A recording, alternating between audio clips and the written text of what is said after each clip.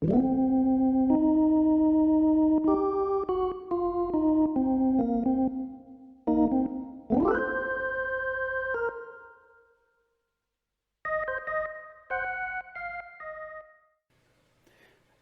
and welcome to Rob from the Internet Talks About Beer, a show where we discuss beer, different styles, its history, its flavor profiles. I'm Rob from the Internet. Let's talk about beer.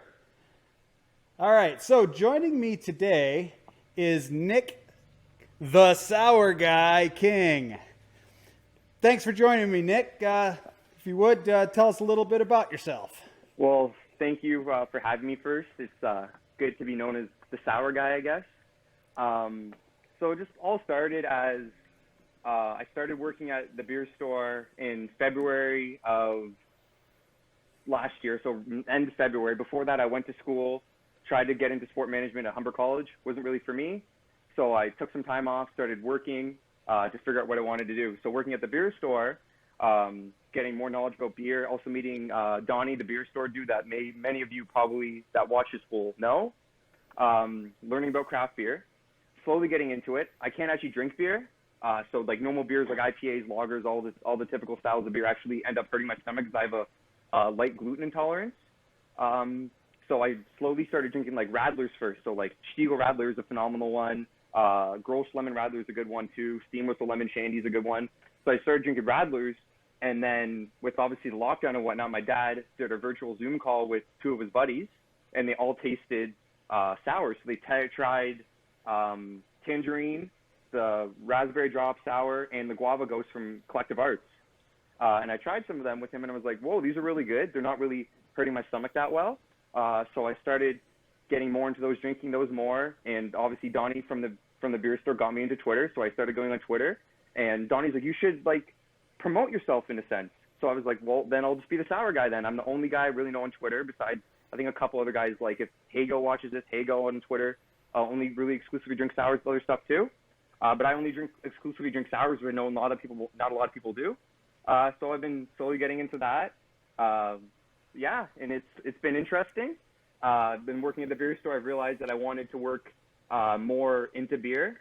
So actually this summer, once the lockdown hopefully ends, I'm going to be starting at a entry-level retail position at Stonehooker, which is actually very, very exciting. Trying to further my knowledge more about beer. And also right now I'm actually just started today my level 1 certification of the Prude Hom course. So I'm taking that as well. So I started that today. So yeah, just loving beer, trying to know more about it. I'm 21 years old, lots to learn. So yeah, looking forward to trying. Just diving right on in. Oh, for sure.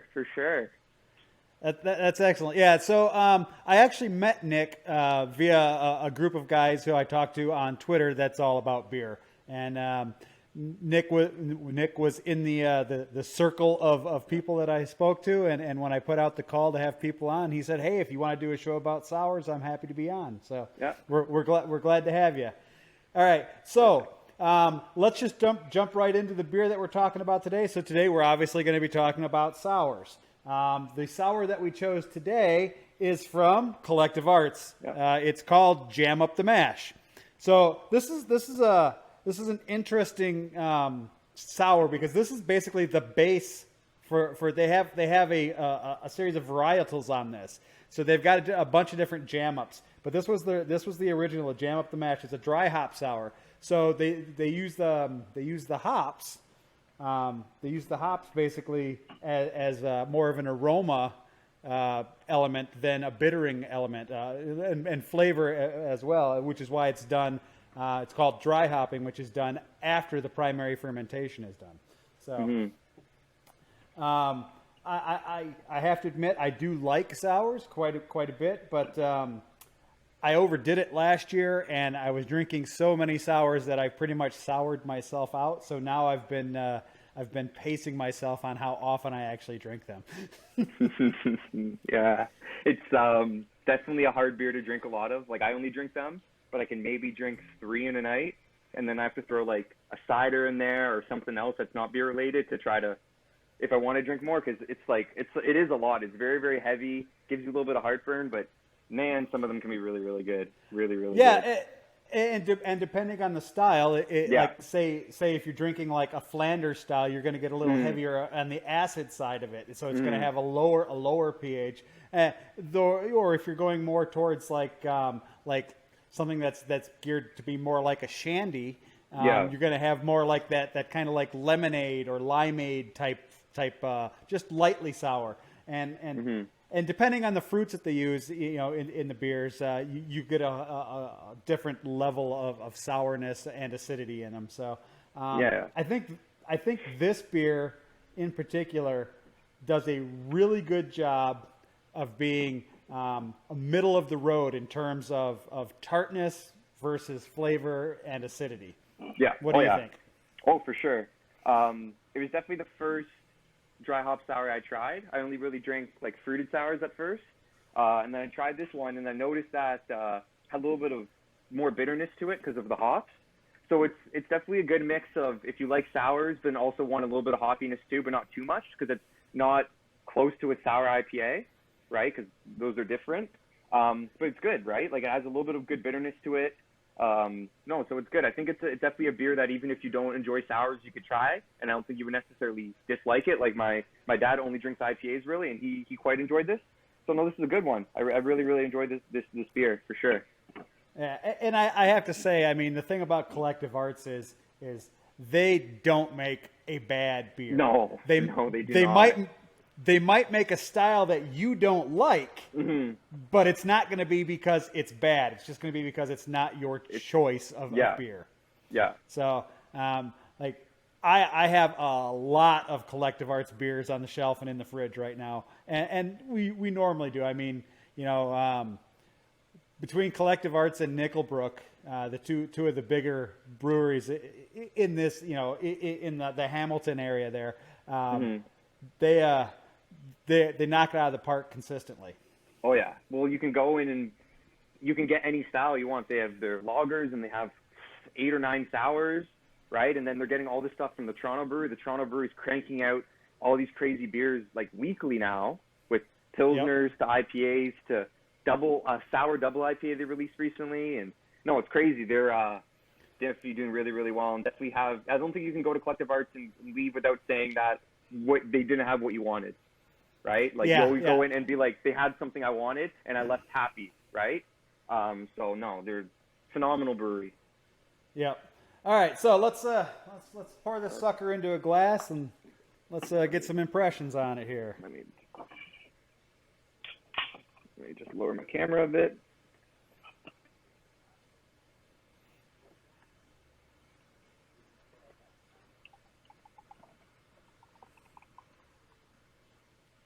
No, mine's not all going to fit in there, but That's I mean, you can refill. We won't hold it against you. I'm rocking my Collective Arts glass too, so.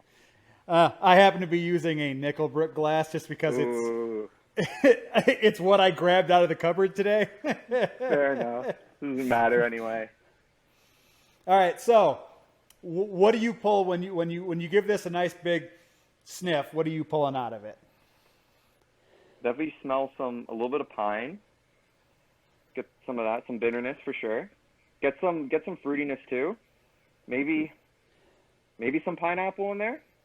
Some type of fruitiness, like a definitely like one of the stronger fruits. Right. Yeah. So what I get when I take a nice big whiff of this thing is right at the front. I get kind of that pineapple acidic that really acidic citric acid type smell. Yeah. So like if you were to cut open a pineapple, or if you were to cut open like a fresh lemon or an orange, you get that citrusy. But you do get some of the pininess and some of the floral notes from the hops as well. Yeah. Well, it's from the hops in there with the Citra, the Vic Secret, and the Mosaic. That's what's in there. So, so Citra is one of the typical. Citra and Mosaic are both very common hops in IPAs, especially. Yeah, there's more the hazy, fruity IPAs. Yeah. So. Yeah. So it's got a nice color. I mean, it looks like it would be some sort of citrus-based juice, like a lemon juice or an orange juice type deal. Obviously, it's unfiltered because you can't see through it. So,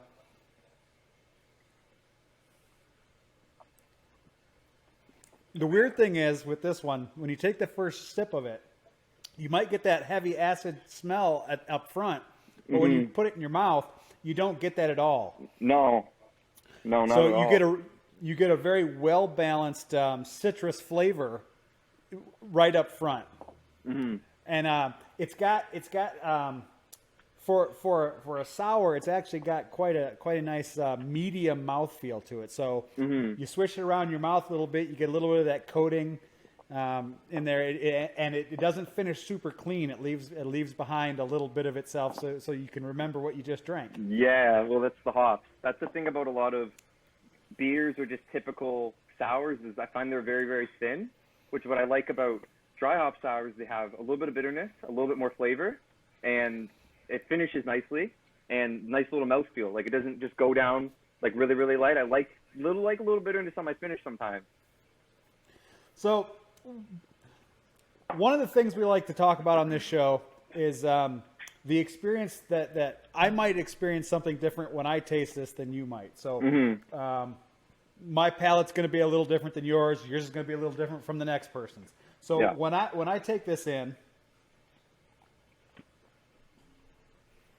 and I kind of hold it in my mouth for a second, I do get kind of a pineapple-y flavor to it. Yeah. But it also has more of that tropical sense, like there might be some mango in there kind of, and maybe a little bit of guava hanging out in the back just to back things up. It's got a very tropical taste to me.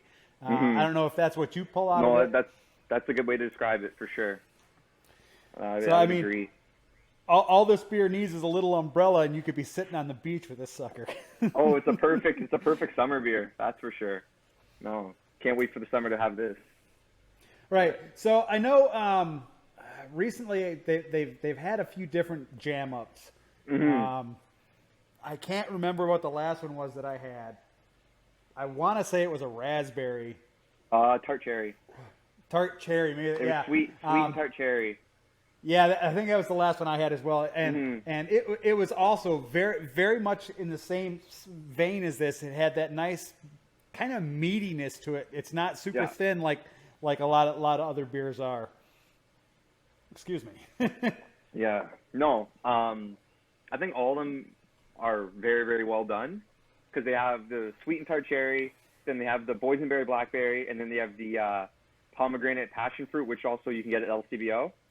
You can get the pomegranate passion fruit and obviously the one we're drinking right now at LCBO. And I think all of them are normally readily available at the brewery. Depends on when you go. But all of them still have that bitterness, that mouthfeel. But the only difference is the fruit, obviously, right? This one, like I said, you get more of a tropical pineapple feel. And then the other three, you obviously get the fruit that's described and do a perfect job at it. Like all of them, you 100% get the fruit that's described, and it's done very, very well. I don't know. Which one's your favorite? Have you tried all of them? I don't think I've had the passion fruit one. Okay. But I've had all the others. And I think the cherry one has been my favorite outside of just the standard. I like a good, just a nice sour ale. And this, like you said, for a very hot day, like a hot summer day, if you're sitting by the pool or you're up at the cabin or whatever, you're sitting on a beach somewhere, this is a great beer to have because it's got that kind of like almost like a Goza has. It has that kind of thirst quenching kind of taste to it. So you drink it, and you're like, yeah, all right. I feel kind of satisfied by that. It's not like some where you drink some things, you're like, oh, now I got to drink something else because that just didn't do it for me. Yeah. Oh, I've had definitely a fair share of beers that I've poured. I'm one of the people that if the beer's not suiting what I want right now, I'll pour it. Like some people will get mad at me for that. Some people don't say don't waste the beer, but if I'm not going to enjoy it, I'm not going to waste my time drinking a beer I don't enjoy, right? So. Exactly. I mean, if you're not enjoying it, then you're wasting it anyway. Yeah, that's what I think, right? So, no, I've definitely. I'm very much the same way, man. Yeah, I'm very picky about sours though. There's a lot that people make that people say, "Oh, Nick, have you tried this?" Because people that I follow and want to tweet at me all the time asking me if I try different sours because people think I've tried every single sour out there, which I basically almost have, relatively. And there's a lot of ones that like people like that I don't. So obviously what I like is very different. I just find a lot of ones can be very bland or thin or just like the flavors described aren't what's in like what I taste. So it just like right. I have a picture in my mind of, okay, this is like going to be a blackberry raspberry, so I'm going to get just jam packed with blackberry raspberry puree, something like that, right? And then I taste it and it's just like, okay, it's not there. It tastes a little bit watery, something like that, right? I'm not going to name breweries, but you could maybe picture out a brewery that recently released one of those beers. But, you know. No. We don't want to disparage anybody. So, no, that's the last thing I do. That's the last thing I do. Yeah. The spirit of this show is to celebrate beer, not necessarily disparage anybody, because not everybody's going to make a beer that's going to knock it out of the park for you. And as I said earlier, you might not pull those flavors out of it, but someone sitting next to you might drink it and go, "Oh yeah, this is exactly what I was looking for in a raspberry blackberry sour." Whereas you might be like, it's just not enough flavor for me, or my biggest thing with sours, like I said, is I think a lot of people tend to go too far down the scale and try and get super acidic. Yeah. I think if you're going for like a red or a brown Flanders that's supposed to be more acidic, great. Call it that. Don't just say it's a sour. Say it's a Flanders. Because then, okay, I know what to expect. I know this is going to be a really acidic, a highly tart beer. If you're just saying it's a sour, I mean, that's a really general. If you're going to be really general about calling, okay, this is just a sour, well, then maybe you should stick more towards the middle of the road. I mean, that's just my opinion. But everyone's got a different idea of what they think a sour should be. But I think a lot of breweries tend to go a little too far down the acid scale. Yeah. For my liking, anyway. There's some that do lemon sours or lemon, lime, whatever, right? And they're very, very acidic in general. So they sometimes they don't balance out. So it's just straight lemon sour. And then it's just like, there's something needs to be balanced out. So there's a couple breweries that make very good lemon sours. Stonehooker Lemon Drop is a phenomenal one because that's lemon and lactose. I gave you one of those, and that was really, really good because it's lemon. That was like, go ahead. It's a milkshake sour technically, right?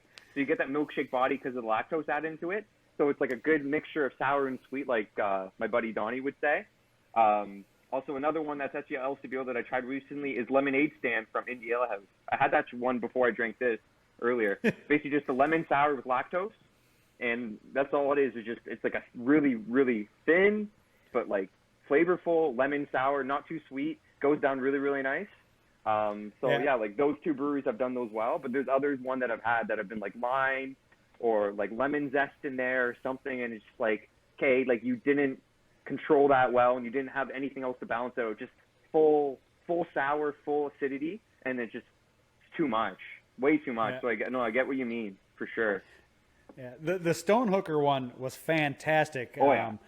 I mean, that was like if you were to have a lemon flavored creamsicle, that's what that one was like. Because you get that tart lemon up front, and then it finishes off with that nice sweet lactose sugar. So it's got a creamy. It's a thin beer, but it's got a really creamy flavor to it on the end of it. It was absolutely fantastic. Yeah, those guys knocked that one out of the park. Oh yeah, for sure. Oh, it's nice.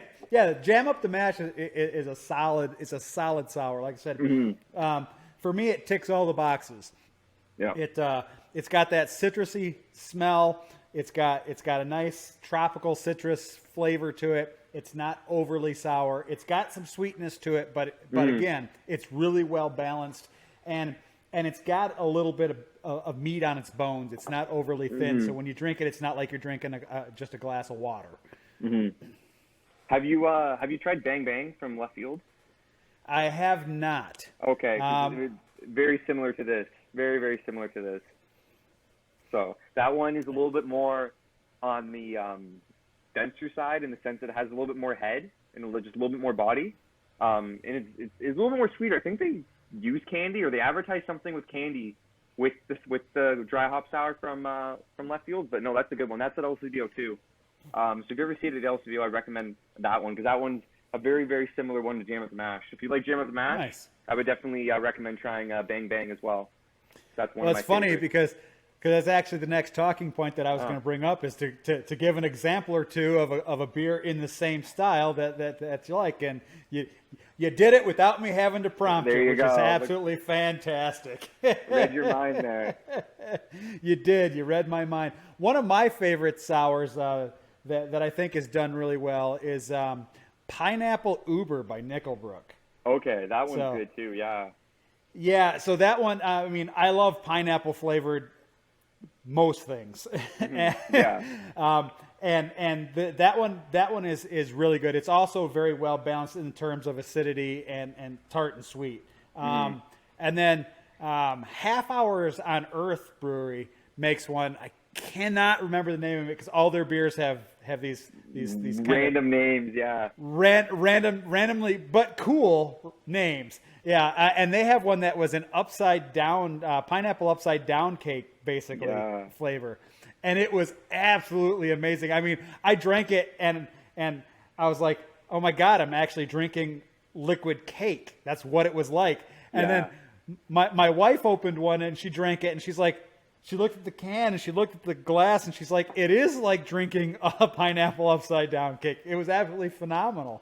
Yeah, that brewery releases some interesting stuff. I had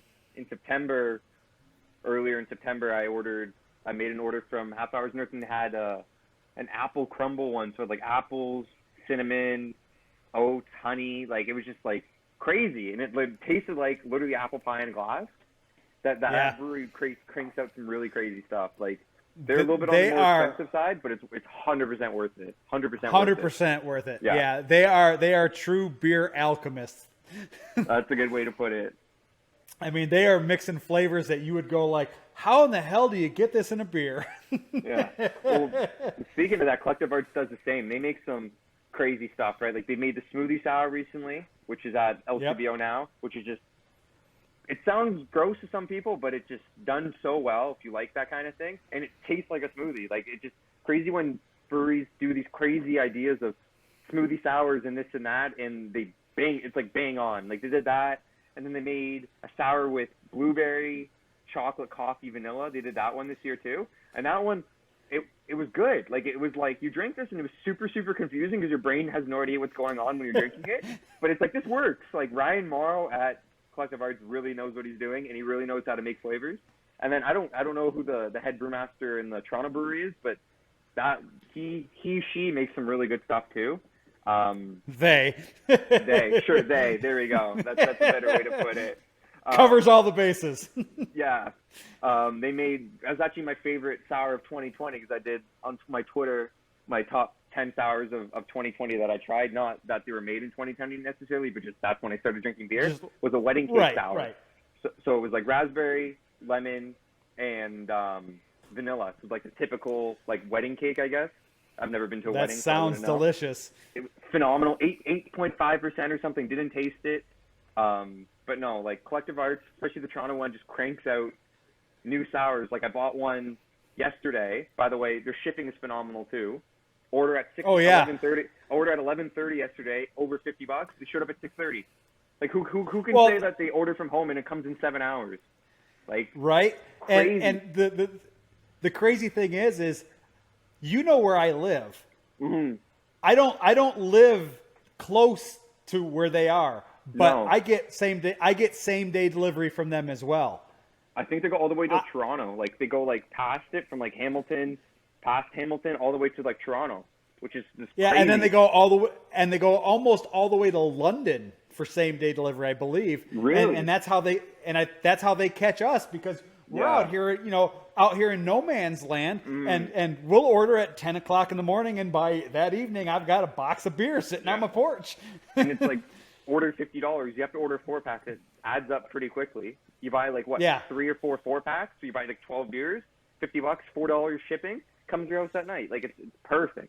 Like literally the best shipping by any brewery, hands down. like in terms of speed and whatnot. Yeah. So. And to be fair, Collective Arts also has some of the best customer service overall. Oh yeah. I mean, we had, I'm sure every brewery who's shipping beer right now because of the pandemic has had issues where they've shipped something wrong or forgotten something or what have you. So we placed an order. It was either really late last year or early this year when they offered their barrel-aged maple syrup. Mm-hmm. And they sent us 2 4-packs of someone else's IPA and didn't send us our maple syrup. But they made good on it. So, the very next day we had our stuff, they're like, hey, cool, we'll replace it. The driver came out, gave us the proper thing, and they took back what wasn't on our order. I mean, you can't ask for much better than that, considering we couldn't really go there to fix the problem. Yeah. No, they're very active on Twitter with that. Like, even there's a guy on Twitter, I think his name is Brad. Yeah. And he had the Good Monster Double IPA they released a month or so ago. And he just said, this isn't for me. And then people said, maybe you should just try another can and see. And then Collective Arts literally replied saying, we're sorry to hear about that. We're going to make sure you change your mind. So they DM'd him and they gave him 2 free cans of the Good Monster or something like that. And then like 4 bottles of their new IPAs they released just because he said he didn't like the beer. It's just like their customer service is just phenomenal, like literally phenomenal. And that's how you maintain customers, by keeping your customers happy. I mean, and going over and above like that is just absolutely amazing in this day and age. Mm-hmm. No, that's what more breweries have to do, because I know many breweries that I'm obviously not going to name that have had mistakes or issues that people complained about, and they took no credit or no responsibility for whatsoever, and they've lost customers for it. I know people on Twitter and friends and whatnot that drink beer that just won't go to that brewery now because of how they handled situations. So how you handle situations and customer service is huge in the beer scene. You do one bad thing to somebody and they're done. They'll never go to you again because there's so many other options, right? So that's the big thing. And you'd know because you work in retail. So, I mean, you see it firsthand. Oh, yeah. Oh, you don't even know how many times I've been told that I'm never going to come here again, just because of something very, very small. Like, people just try to find reasons to complain about it. So that's just how it is, right? But no. Collective Arts is phenomenal brewery overall. So, if you want, give a shout out to yourself. Tell people what your socials are. If you want people to follow you, if you don't. If you want to give a shout out to your up and coming employer or any other brewery, this is where we have that opportunity. Anybody you'd like to give a shout out to? Well, first off, if you want to follow me on Twitter, where I do post about sours, it's at Nick the Sour Guy. So NICK the Sour Guy, all one word. It was just a picture of me smiling with the beer. Pretty self-explanatory to find. So shout out them, and obviously shout out Collective Arts. Phenomenal Jam Up the Mash and many other beers. Trying a lot more tonight because I placed an order yesterday. Collective Arts Toronto, shout out to them. Also shout out Stonehooker, as I'll be starting at their brewery hopefully once the lockdown's over and whatnot, so hopefully next month or so. So shout out Stonehooker, makes phenomenal beers as well. So they've been open for about 2 years now. 2 years would be in May or something, right? So 2 years, and they've grown drastically, like crazy, and they have like 13, 15 beers and something crazy. So no, shout out to Stonehooker. If you've never seen them, port credit, right off Lakeshore. Check them out too. Not even because I'm hired by them. I chose to work there, or chose to apply to work there, and wanted to work there because of how great of a brewery they're. I wouldn't work at a brewery that I didn't like. So shout out Stonehooker as well. Shout out Left Field for Bang Bang, other best draft style if you want to try this one. Other than that, no. Shout out Donnie, beer store dude, who got me into beer. Shout out him as well. He's probably one of the bigger guys on Twitter for beer besides him, and then Polk as well. But drunk Pokeroo. Yeah, drunk Pokeroo's pretty big as well. So yeah, those are all my shout outs.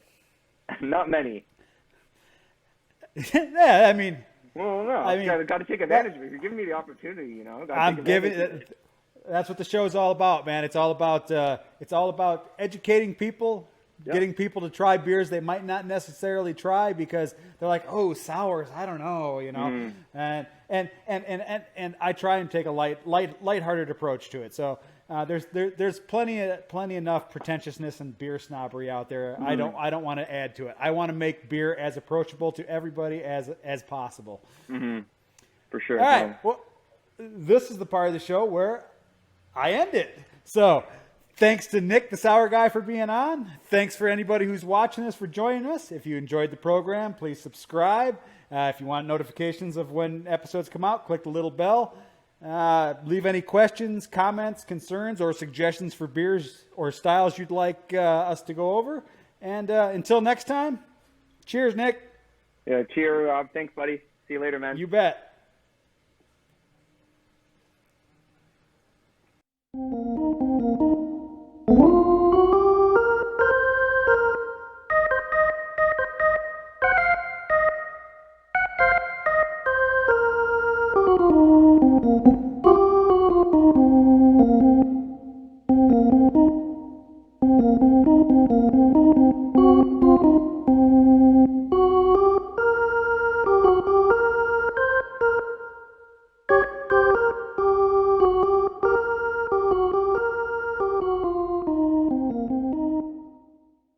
What?